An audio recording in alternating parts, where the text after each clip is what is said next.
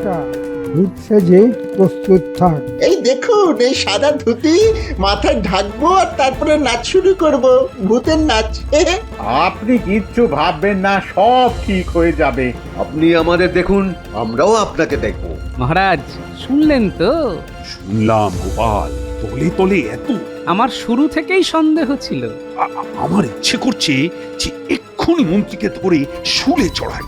আপনার প্রথম কাজ হবে বটা ঘটার গ্রামবাসীদের আটক করে কাল সভায় আনা। ঠিক বলেছ, চলো, যা দেখার আমি দেখে নিয়েছি। কি গান, তাতেই আমার মনের টান, একতারা আর বাউল গান। বুঝলাম। না না না না না, তোমরা কেউ বোঝনি। এ বোঝা বড় কঠিন কাজ গোপাল, বড় কঠিন কাজ। মহারাজ, আপনি তো কথায় কথায় তাত্ত্বিক কথা বলছেন। এই সব কথা কার গানে পাওয়া যায় বলতে পারো? আমার গানের ব্যাপারে সামান্য জ্ঞান রয়েছে মহারাজ। এ গান বর্তমান সময়ের অত্যন্ত বলিষ্ঠ গায়ক বাউল সম্রাটের। হ্যাঁ, তুমি ধন্য বিজ্ঞানী, ধন্য তোমার বিজ্ঞান সাধনা। গানের সাথে বিজ্ঞানের যে যোগ রয়েছে মহারাজ, গানে আছে সুর, তাল, ছন্দ, বিজ্ঞানে আছে ছন্দ, তাল, লয়। হ্যাঁ, তুমি আমায় খুশি করে দিলে বিজ্ঞানী। এই নাও আমার বহুমূল্য রত্নহার। ব্যাস, আবার অপাত্রে দান শুরু হলো। বিজ্ঞানীকে ওই হার দিয়ে লাভ কি? হ্যাঁ, না বউ আছে না বাচ্চা আছে। আমিও একটা ভুজুং ভাজুং দিয়ে মহারাজকে খুশি করি। হা হা, মহারাজ কি কথা শোনালেন? এই কথার কি অর্থ? অর্থ বুঝেছ মন্ত্রী? বাবা বাবা বাবা, দেখো গোপাল দেখো, মন্ত্রী এই তাত্ত্বিক কথার অর্থ বুঝেছে। মন্ত্রী মশাই ধন্য। এবার অর্থগুলো একটু ব্যাখ্যা করুন তো। টেকোটা তো মহা বদমাস, ঠিক একটা কিছু ফোড়ন কেটে আমাকে বিপদে ফেললো। হ্যাঁ, আরে বলো বলো বলো, থেমে থেকো না। এই ছন্দে মনের কথা বোঝা বড় দায়, কে ধরলো আমায়? এতে আমাকে কে ধরেছে বলো তো? কি আবার ধরবে মহারাজ? মহারাজ, যার গান থেকে আপনি অনুপ্রেরণা পেয়েছেন তিনি আপনাকে ধরেছেন। তোমার মুন্ডু, তুমি আর এসবের মধ্যে আসতে চেও না। এই বাউল গান তোমার বোঝার বস্তু নয়। গোপাল, তুমি কি বলতে পারো? আমি চেষ্টা করতে পারি মহারাজ। এইখানে যে মন অর্থাৎ হৃদয়ের কথা বলা হয়েছে, মনের ইচ্ছা আকাঙ্ক্ষা সবকিছুই ঈশ্বর নিয়ন্ত্রণ করেন। তাই পরমাত্মা ঈশ্বর আপনার মনের কথা একমাত্র বুঝতে পারেন। তিনি আপনার হৃদয় ধরেছেন। সাধু সাধু। সাধু সাধু, কি ব্যাখ্যা দিলে! এই না, তোমাকে দিলাম খুশি হয়ে। ইস, একটুর জন্য পেলাম না। মহারাজের জয় হোক। বলো বলো প্রহরী, কি খবর? কোনো একজন বাউল সম্রাট আপনার সঙ্গে দেখা করতে এসেছেন মহারাজ। এসেছেন? আমার কি সৌভাগ্য! ওনাকে পাঠিয়ে দাও, পাঠিয়ে দাও। ইনি আবার কিনি? কথা ছিঁড়ি দেখো। এই মন্ত্রী, তুমি দূরে দাঁড়াও। যত দিন যাচ্ছে তুমি একটা অশিক্ষিত হচ্ছ। মহারাজ, এই কি সেই বাউল সম্রাট যিনি নবাবের থেকে বাউল সম্রাট উপাধি পেয়েছিলেন? তুমি জানো গোপাল? বাবা বাবা বাবা বাবা, আমার গোপাল সব জানে। প্রভু আপনাদের মঙ্গল করবেন। আসুন আসুন বাউল সম্রাট। এই মন্ত্রী, হাঁ করে দাঁড়িয়ে দেখছো কি? ওনার বসার আয়োজন করো। কোথায় বসাবো? মানে মন্ত্রীকে? আমি না তুমি? আজ্ঞে মহারাজ, আমি। মহারাজ, বাউল সম্রাট আমার আসনে বসুন।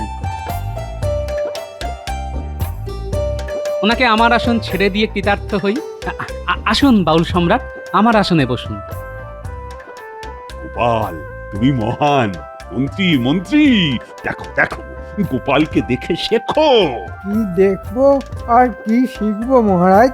আমি তো আপনার পাশে দাঁড়িয়ে সারাটা দিন কাটিয়ে দিলাম।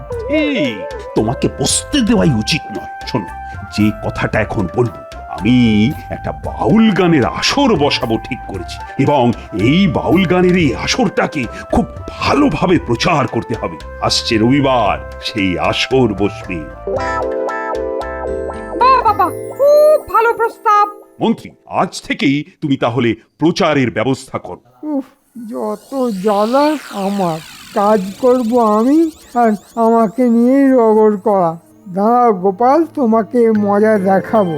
মহারাজ, আজ তো বুধবার, হাতে মোটে 4টে দিন, কিভাবে এসব হবে? ওসব অজুহাত আমি শুনতে চাই না। রবিবার আসর বসাতেই হবে। তা তুমি মন্ত্রী হয়েছো কিসের জন্য? আমরা গভীর আগ্রহের সাথে অপেক্ষা করব।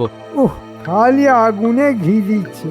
গোপাল, স্যাকরা ঠুকঠাক আর কামারের এক ঘা দেব যখন বুঝবে।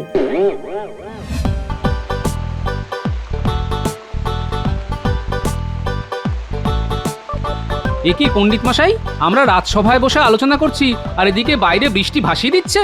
গোপাল, আজ সকালেই আমি আমার আবহাওয়া মাপার যন্ত্রের চোখ দিয়ে জানতে পেরেছিলাম যে কয়েকদিন হালকা থেকে ভারী বৃষ্টি হবে। তাহলে বাউল গানের আসর হবে কি করে?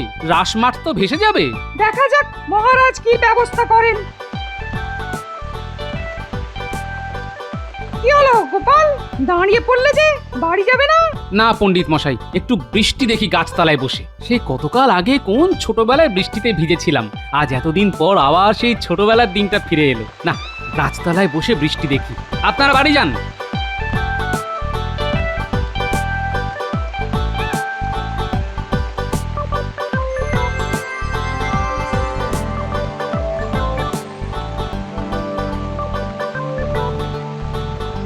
গোপালের সবকিছুই কিরকম অদ্ভুত।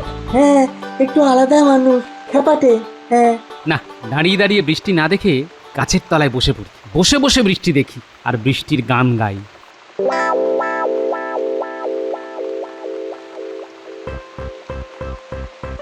আরে আরে আরে আরে, আজ এত জামা কাপড় কাচলাম, সব ভিজে গেল।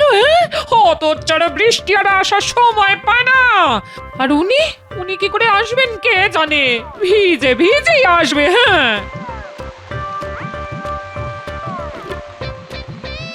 হ্যাঁ, এই কি গো, বলি ভিজে ভিজে এলে যে? এই একটু ছোটবেলায় ফিরে যেতে ইচ্ছে করলো গিন্নি, তাই ভিজলাম। এ মা, তোমার ধুতি তো কাদায় মাখামাখি, কাল কি পরে যাবে? কেচে পাখা নেড়ে নেড়ে শুকিয়ে নেব। এখন কাচবে কি? আমি এত এত কাপড় কেচেছি আজ, আমার গা গতরে খুব ব্যথা। হ্যাঁ, আহা, তুমি যদি না কাচো তবে আমি কাচবো, কি আর করবো। কত করে বলেছি, আর একটা ধুতি কেন? কোথায় কি পান্তা ভাতে ঘি? এখন দেখলে তো গরিবের কথা না শোনার ফল। কবে থেকে বলছি আর একজোড়া ধুতি ফতুয়া কেন? নাও নাও, এখন খেলা সামলাও। কথা কেন বাড়াচ্ছ গিন্নি? তুমি কাচতে পারবে কিনা সেটা বলো। একবার বললাম তো পারবো না পারবো না। গাধার খাটুনি খেটে আবার করে খাটতে পারবো না। এটা তোমাকে কাচতে হবে, তোমার কথা না শোনা শাস্তি। হ্যাঁ, ঠিক আছে, আমাকে ভয় দেখাচ্ছ? জানো না, কাচার ভয়ে কম্পিত নয় মোর হৃদয়।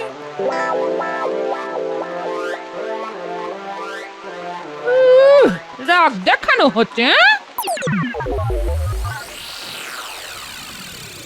কি হলো? বসে বসে কি করছো?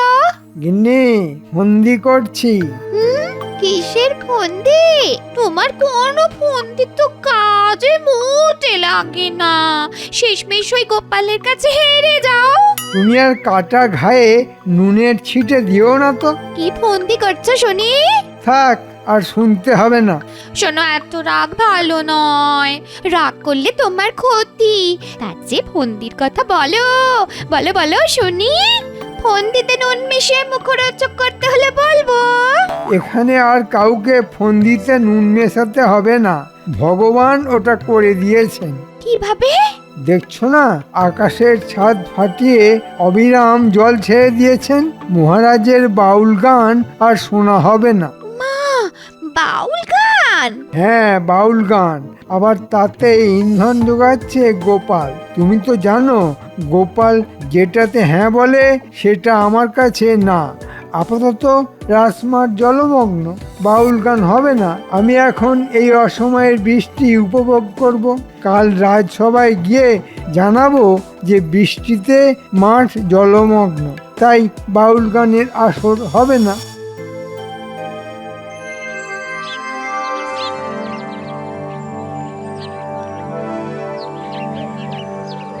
কই গো গিন্নি, দেখো দেখো কি সুন্দর করে আমি আমার ধুতি কেচেছি দেখো। শুনে রাখো গিন্নি, যে রাঁধে সে চুলও বাঁধে। ওই দেখি দেখি দেখি কেমন কেচেছো দেখি। উমা একি, এই দেখো এখানটায় কতখানি ছিঁড়ে গেছে। এই যে কত গর্ব করে বললে যে রাঁধে সে চুলো বাঁধে। নাও কাল এই ছেঁড়া ধুতি পরে রাজসভায় যেও, তোমার সম্মান বাড়বে। কিপটে কোথাকার। আরে এই ধুতিটাকে আমি তাপ্পি দিয়ে পরবো। আমি সেলাই করতে পারবো না। হ্যাঁ ঠিক আছে, আমি দর্জিকে দিয়ে সেলাই করাবো। দর্জিকে সাম্মানিক দিলে ও হাসি মুখে কাজ করবে গিন্নি। তোমার তো বদনাম হবে। লোকে কি বলবে বলো তো? কি বলবে? বলবে তাপ্পি গোপাল, শুনতে ভালো লাগবে। কি আর করব বলো গিন্নি, যার কপাল ফাটা সে তাপ্পি গোপাল ছাড়া আর কি হবে। আমার জীবনটাই তো তাপ্পি দিয়ে গড়া গিন্নি। একটু আবেগে সুরসুরি দিই, তাহলে বেগ আসবে আর আমার কাজটাও হয়ে যাবে। এটা এটা তুমি বলতে পারলে? তোমার জীবনটা তাপ্পি মারা। তবে না তো কি, একটা ধুতিতে তাপ্পি মারবে সেটাও যখন করবে না, তখন আর জীবন সম্পর্কে কি ধারণা হতে পারে বলো? ঠিক আছে দাও, তোমার ধুতিতে তাপ্পি মেরে দিচ্ছি। হ্যাঁ পথে এসো গিন্নি।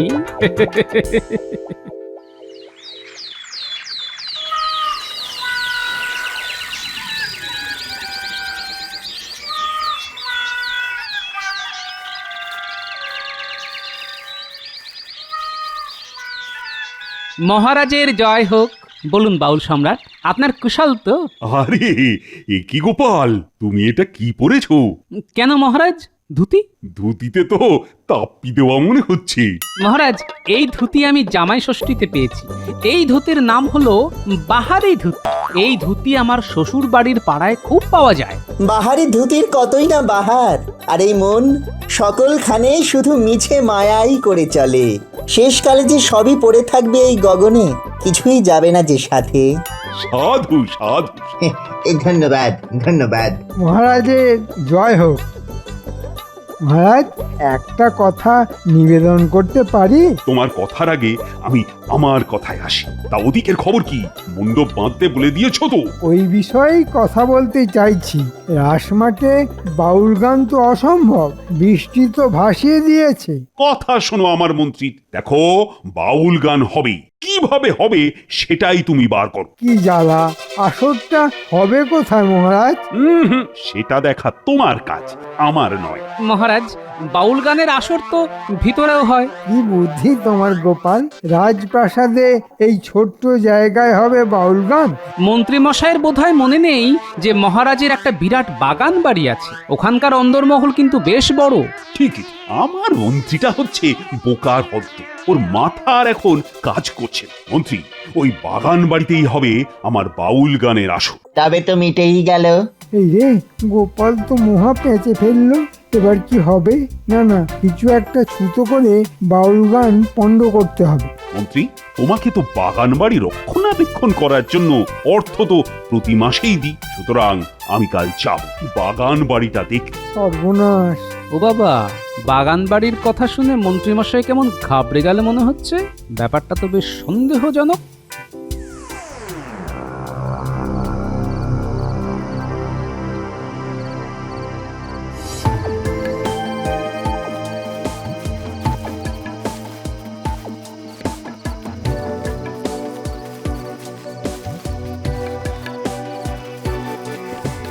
ঘটা ঘটা, বাড়ি আছিস নাকি? আছি মন্ত্রী মশাই, ভেতরে আসুন। এবার বলুন আমাদের কি করতে হবে? শোন, এবার মহারাজের ইচ্ছে হয়েছে যে বাউল গানের আসর বসবে। বৃষ্টির জন্য বাগান বাড়ির ভেতরে বসবে। তোদের একটা কাজ করতে হবে, সারা রাজ্যের মানুষকে বলতে হবে যে বাগান বাড়িতে ভূত আছে। মহারাজ অত সহজে বিশ্বাস করবেন? আবার ওখানে গোপাল আছে। দশচক্রে ভগবান ভূত হয়। শোন, তোরা কাল রাজসভায় সব প্রজাদের একে একে পাঠাবি। সবাই মিলে বললেই ভগবান ভূত হয়ে যাবে। ঠিক আছে, কাজ হয়ে যাবে। খুব খাটুনির কাজ। কিছু অগ্রিম পাওয়া যাবে মন্ত্রী মশাই? বাবা, তোরা তো এখন অগ্রিম ছাড়া কথা বলছিস না। ঠিক আছে, রাখ, কাজ হলে ঠিক খুশি করে দেব। এখন চলি।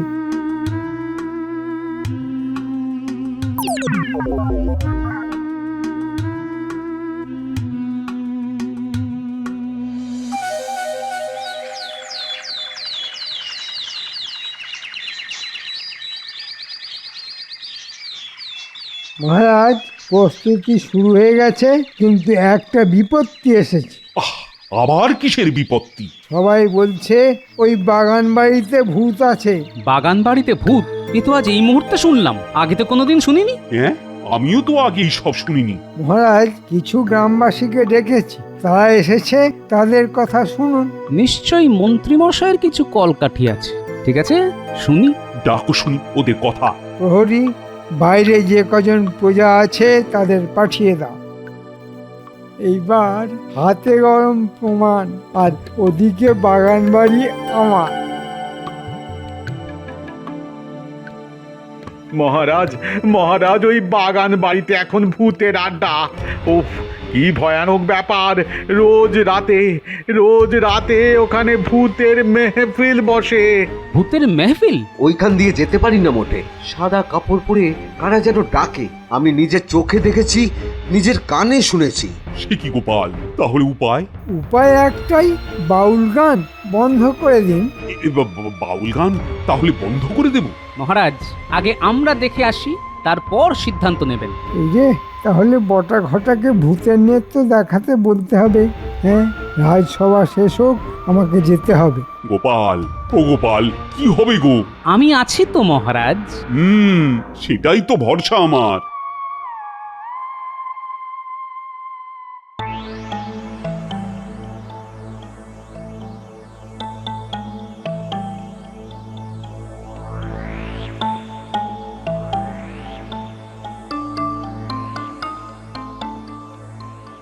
খুব চিন্তিত মনে হচ্ছে আপনাকে মহারাজ। বাউল গানের আসরটা বসাতে পারলাম না। অবিরাম বৃষ্টিপাতে রাসমাঠ জলে জলময়। বাগান বাড়িতে করব বলে যখন মনস্থির করলাম, তখন গ্রামবাসীরা এসে বলল বাগান বাড়িতে নাকি ভূত আছে। বলো প্রহরী, বলো কি সংবাদ? গোপাল দেখা করতে এসেছে। পাঠিয়ে দাও। এত রাতে গোপাল? নিশ্চয়ই কিছু খবর আছে। মহারাজের জয় হোক, রানীমার জয় হোক। বলো গোপাল, এত রাতে কি ব্যাপার? মহারাজ, একবার বাগান বাড়িতে ঘুরে আসতে অনুরোধ করছি। গোপাল ঠিক বলেছে মহারাজ, একবার ঘুরে আসাটা খুব দরকার। ঠিক আছে, ঠিক আছে, চল চল চল।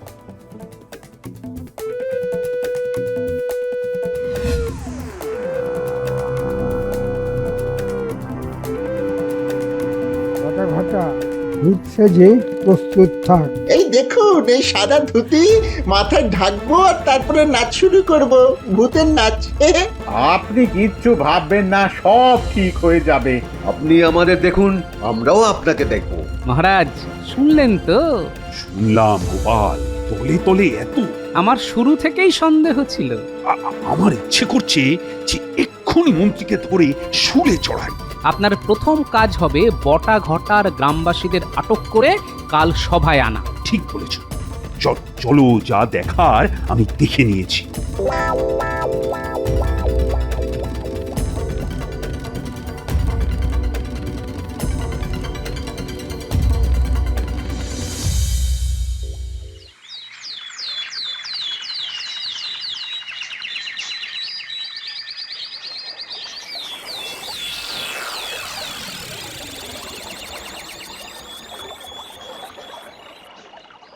মন্ত্রী, তাহলে কি কথা হলো? কিসের কি কথা মহারাজ? মানে ভূতেদের সাথে তোমার কি কথা হলো? ভূতের সাথে আমার আবার কি কথা হবে? ভূত বলে কথা, ভূতকে আমি খুব ভয় পাই। শোনো মন্ত্রী, আমি ঠিক করেছি রবিবার মানে কাল বাউল গানের আসর ওখানেই বসবে। ওই ভূত বাড়িতে? ওটার ভূত বাড়ি নেই, কাল পর্যন্ত ছিল। আজ সকাল থেকে পরিষ্কার হয়ে ঝকঝকে হয়ে যাবে। গোপাল কি সব হেঁয়ালি করছে দেখুন। গোপাল তো আর হেঁয়ালি করছে না, সত্যি বলছে। এতদিন তুমি আমাদের মিথ্যে বলে রেখেছি। কি জ্বালা! আপনাকে কি মিথ্যা বলবো মহারাজ? আপনি তো বলেছেন যে বাগান বাড়িতে ভূত আছে। হ্যাঁ, বলেছি তো, বাগান বাড়িতে ভূত আছে, গ্রামবাসীরা তো বললো। আমি ঠিক করেছি ওই বাগান বাড়িতেই বাউল গানের আসর বসাবো। সে কি মহারাজ? আর ভূতের জন্য ওঝা আছে। ওঝা? হ্যাঁ, গোপাল ওঝা। কাল রাতে তোমার জারিজুরি সব দেখে ফেলেছি। প্রহরী, বটা ঘটা আর 3 জন গ্রামবাসীকে সভায় নিয়ে এসো। সর্বনাশ, আমার বাঁচার উপায় নেই। এই যে বটা আর ঘটা, মন্ত্রী তোমাদের কি বলেছিল? আগে মন্ত্রী বলেছিলেন যে বাগান বাড়িটা ভূতের বাড়ি, সেটা রটিয়ে দিতে। হ্যাঁ, ভূতের বাড়ি হিসাবে একবার পরিচিতি হয়ে গেলে ও বাড়ি মন্ত্রী মশাইয়ের দখলে হয়ে যাবে। মন্ত্রী, শেষে তোমার মনে এই ছিল? এই মন যে আর বসে নেই, খালি এদিক ওদিক ছোটাছুটি করে। মনেতে যে নেই আর সুখ, সুখ পাখিটির হয়েছে ভারী অসুখ, মনের অসুখ। মন্ত্রী মশাই, আপনার মনের অসুখ হয়েছে।